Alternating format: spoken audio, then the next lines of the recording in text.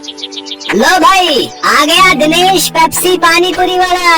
आइए आइए और पेप्सी पानी पूरी खाइए। पानी पूरी खाने का एक नया अंदाज। आइए आइए।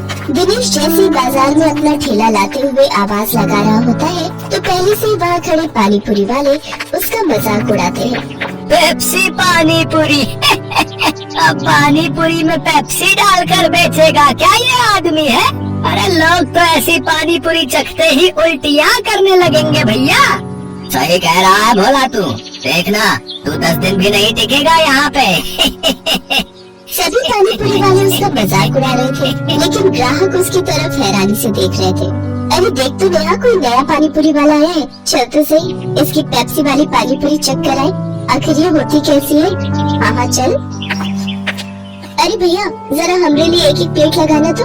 वैसे कितने का एक प्लेट? जी सिर्फ 20 रुपए प्लेट। फिर जैसे ही काजल और नेहा उस पानी पूरी को अपने मुंह में रखती है वो तो खुशी से पागल हो उठती है। अरे वाह वाह वाह वाह, इसका पेप्सी वाला पानी पूरी तो बड़ा ही कमाल का है रे। क्या स्वाद है, मजा ही आ गया। क्या लाजवाब मजेदार पानी पूरी है। अरे इसके आगे तो सबकी पानी पूरी फेल है। सुनो भाई बहनों, इस पेप्सी पानी पूरी वाले की पानी पूरी तो लाजवाब है। सब खाओ, दिल खोल कर खाओ। लेकिन भैया हमरे लिए पहले एक प्लेट और लगाओ। उन दोनों के इतना कहते ही दिनेश के ठेले के आसपास भीड़ लग जाती है। सभी उसकी पानी पूरी को चखने के लिए बेताब हो जाते हैं। भैया मेरे लिए जल्दी से एक प्लेट लगा दो भैया। अरे अभी तू ठहर भैया, है तू मेरे बाद आया था, पहले मैं खाऊंगा। हाँ भैया मेरा। अरे सब्र करो भाई, सब्र करो। मेरी पेप्सी पानी पूरी तुम सबको मिलेगी, ठीक है? दिनेश ने पेप्सी वाली पानी पूरी ने सब पर ऐसा जादू चलाया कि उसका धंधा जोरों से चल पड़ा। उस दिन के बाद वो जैसे ही ठेला लगाता उसकी कमाई शुरू हो जाती। अगर कुछ महीने ऐसे ही कमाई होती रही तो वो दिन दूर नहीं जब मेरे बंटू का इलाज हो जाएगा और वो पूरी तरह ठीक हो जाएगा। बंटू दिनेश का 7 साल का बेटा था और उसके दिल में छेद था। उसके ऑपरेशन के लिए डॉक्टर ने काफी खर्चा बताया था। दिनेश जब भी शाम को घर लौटता तो बंटू अक्सर उससे पूछता, पापा आपने मेरे इलाज के लिए पैसे जोड़ लिए क्या? अब कुछ ही महीनों की बात है बेटा, मैं जल्दी ही तेरे इलाज के लिए पैसे जोड़ लूंगा। ऊपर वाले की दुआ से अपना पेप्सी पानी पूरी का धंधा बहुत अच्छा चल रहा है। सच्ची पापा? फिर तो मैं भी आपके साथ खेल सकूंगा, दौड़ूंगा, भागूंगा और आप देखना फिर तो रेस में मैं ही फंस जाऊंगा।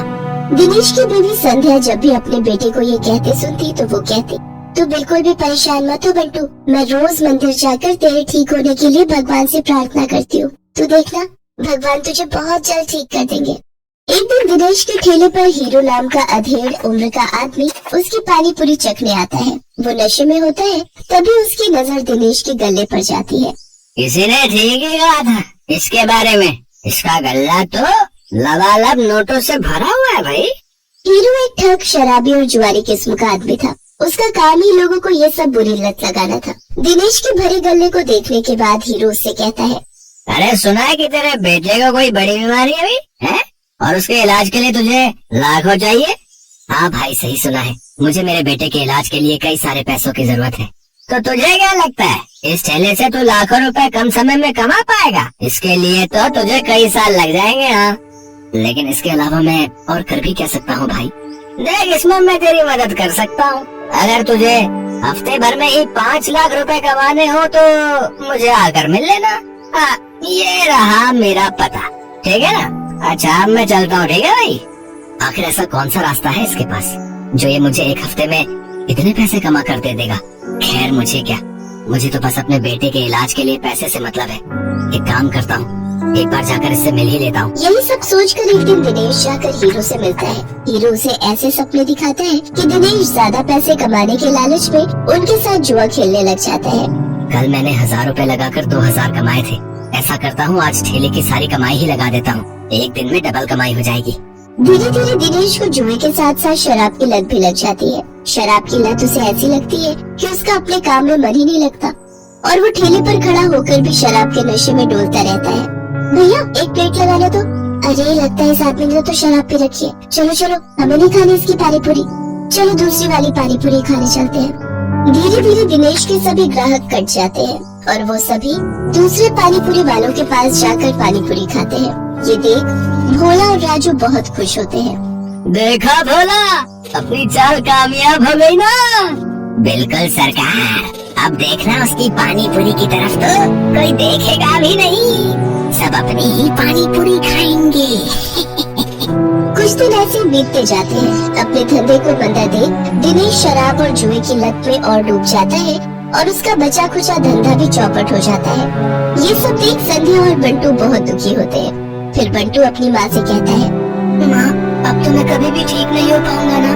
पापा तो अब सारे पैसे शराब और जुए में ही उड़ा देते हैं। तू परेशान मत हो मेरे लाल, बस ऊपर वाले पर भरोसा रख, एक दिन सब कुछ ठीक हो जाएगा। सारा दिन नशे में धुत रहने और धंधा चौपट होने के कारण दिनेश के घर में खाने पीने के भी लाले पड़ जाते हैं। माँ, अब तो घर में खाने के लिए भी कुछ नहीं बचा। अब तो लगता है भूख से ही हम सब मर जाएंगे। ऐसा नहीं कहते मेरे बच्चे, सुख दुख तो जीवन का हिस्सा है। आज बुरा वक्त आया है, कल अच्छा वक्त भी आएगा। ऐसे कुछ समय और बीत जाता है। फिर एक दिन उस बाजार में एक आदमी आता है जो सबको पर्चे बांट रहा होता है। तभी वो दिनेश के ठेले पर आता है। अरे सुनो भाई, पेप्सी पानी पूरी वाले, हमारे सेठ मंगल राम चाट भंडार वाले की तरफ से एक प्रतियोगिता होने जा रही है, जिसमें सभी चाट वालों के बीच कंपटीशन होगा। जो भी इस प्रतियोगिता को जीतेगा उसे पूरे 5 लाख इनाम और साथ ही हमारे मशहूर मंगल राम चाट भंडार वाले बाजार में एक स्टॉल भी लगाने को मिलेगा। मंगल राम चाट भंडार बाजार, वहाँ तो बड़े बड़े लोग आते हैं चाट खाने के लिए। अरे तभी तो कह रहा हूँ, अगर जीत गए तो रोज की अच्छी खासी कमाई होगी और 5 लाख मिलेंगे वो अलग। मंगल राम चाट भंडार कोई ऐसी वैसी जगह नहीं थी, बल्कि शहर का फेमस चाट बाजार था, जहाँ शहर के बड़े बड़े लोग चाट खाने आते थे और कई टूरिस्ट भी वहाँ आते थे। उस बाजार में चाट लगाने वालों की अच्छी खासी कमाई होती थी।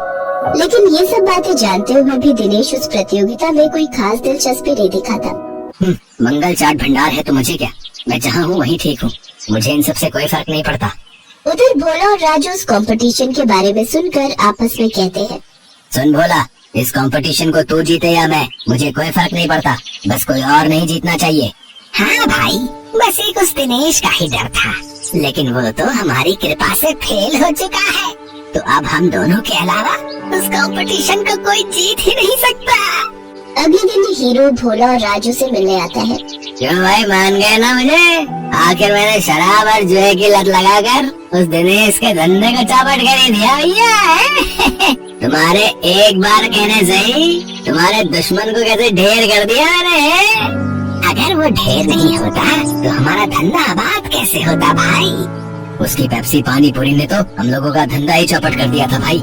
तभी उनकी ये सारी बातें दिनेश सुन लेता है और अपने किए पर उसको बहुत पछतावा होता है। मैं भी कितना बेवकूफ था जो इन पाखंडियों के झांसे में फंस गया और बर्बाद हो गया, लेकिन अभी भी कुछ नहीं बिगड़ा है। मैं इन सबको मजा चखाऊंगा, मैं इस प्रतियोगिता में हिस्सा जरूर लूंगा। यही बात मन में ठाने दिनेश उस चाट प्रतियोगिता में हिस्सा लेता है और अपनी पेप्सी वाली पानी पूरी की रेसिपी से इस कॉन्टेस्ट को जीत लेता है, जिससे उसे 5 लाख का इनाम मिल जाता है। साथ ही मंगल चाट भंडार में स्टॉल लगाने के लिए जगह भी। इनाम से मिले पैसों से वो अपने बेटे का इलाज करवाता है। बंटू पूरी तरह से ठीक हो जाता है और वो भी दूसरे बच्चों की तरह खेल कूद करने लगता है। दिनेश की पेप्सी पानी पूरी अब मंगल राम चाट भंडार की जान बन गई थी। उस बाजार में जो भी ग्राहक आता वो उसकी पानी पूरी चखे बिना वापस नहीं जाता। उसकी तरक्की देख राजू, भोला और हीरो को अपनी करनी पर बड़ा पछतावा होता है।